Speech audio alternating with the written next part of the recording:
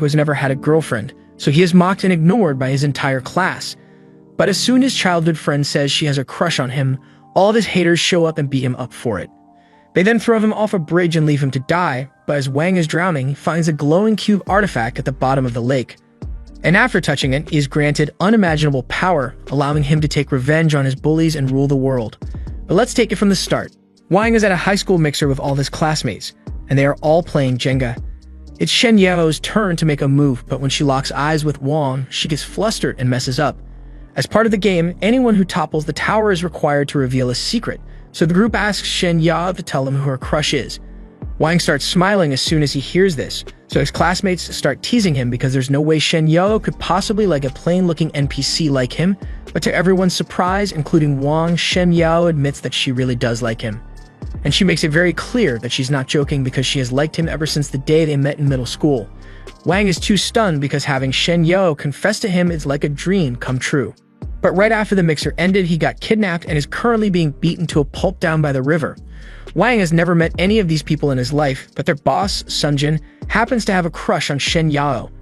And after learning that Shen Yao likes Wang rather than just taking the L and moving on, he decided to drag Wang down to the river and have his underlings threaten to kill him. Wang recognizes Sunjin as the leader of a notorious gang, and he also recalls hearing that Sunjin would constantly harass Shen Yao, so he realizes what's going on here, but there's nothing he can do against this many opponents. Sunjin then video calls Shen Yao from Wang's phone and tells her to have a look at the pitiful state of her crush.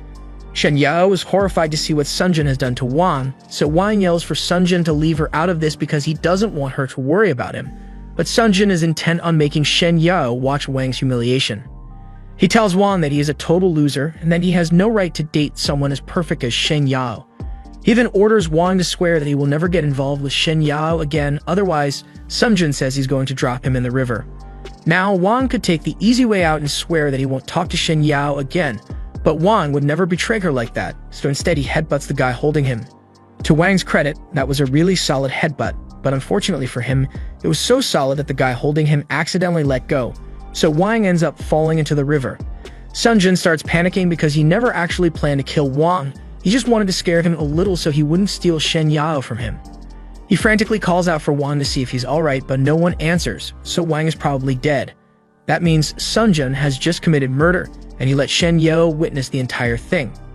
Meanwhile, inside the water, Wang is currently drowning, but he doesn't bother trying to save himself because if he can't protect the one that he loves, then there's no point in being alive. As his life flashes before his eyes, Wang has a vision of his childhood. He had just run away from a fight and by middle school standards that instantly destroyed all the popularity he used to have. And to really rub it in, he overhears two girls talking about how much of a crybaby they think he is. Hours went by, and as the school day ended, everyone went home, but Wang stayed behind and continued to sulk. Eventually, Shen Yao walks out of the gate, but she stops as soon as she notices Wang sitting by the gate, so she asks him what's wrong. Wang remains silent, so Shen Yao assumes he must have forgotten his umbrella and offers to share hers with him so they can walk home together. Wang refuses her offer and says he can walk home by himself, but Shen Yao reminds him that it's still raining and he doesn't have an umbrella, so he's going to get soaked. Wang realizes she's right, but he says he can just wait here until the rain stops. Shen Yao thinks Wang is really funny, but then she notices a cut on his arm, so she asks him to let her see it. Wang initially refuses, but Shen Yao says she just wants to help dress the wound. Wang eventually agrees, so Shen Yao puts a bandage on his arm and blows a kiss onto it to make it heal faster. And at that very moment, Wang had already imagined the next 50 years of his life with Shen Yao. He thanks her for her help, and from that moment forward, the two of them were practically inseparable. Back to the present, Wang wakes up in the water and he notices a light coming from the bottom of the river. He has already sunk too far down for him to make it back to the surface before he drowns, so he decides to commit to it and swims down to check out the light before he dies. Once he gets to the bottom, he finds a little glowing cube there, so he picks it up, and before he even realizes what's going on, the cube activates and goes inside him. All of a sudden, Wang feels immense pain throughout his body, and a few moments later he is teleported out of the water and starts traveling through a wormhole that lands him in the middle of a cube. When Wang wakes up, he starts panicking because he was drowning a second ago.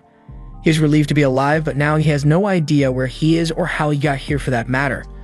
Just then, a system appears in front of him and announces that Wang now has the power to draw a 15-meter radius around himself, and within that area, he is allowed to teleport to any location instantly. None of that makes any sense to Wang since he doesn't believe teleportation is real. But in the next moment, he gets teleported against his will. He appears into the sky above the canal, and Wang starts freaking out again because he is really high up and he's worried he might fall to his doom. But he's actually floating, so he's safe. Once he calms down, he looks at the ground and realizes that Sunjin is desperately searching for him in the water because he's worried that he might have killed Wang, and he finds it kind of amusing. But a few seconds later, he gets teleported to a new location. Sunjin gets the feeling that someone was just watching him from the sky, so he asks his subordinates if they heard anything just now, but they think Sunjin must have just been hallucinating, so he tells them to keep looking for Wang.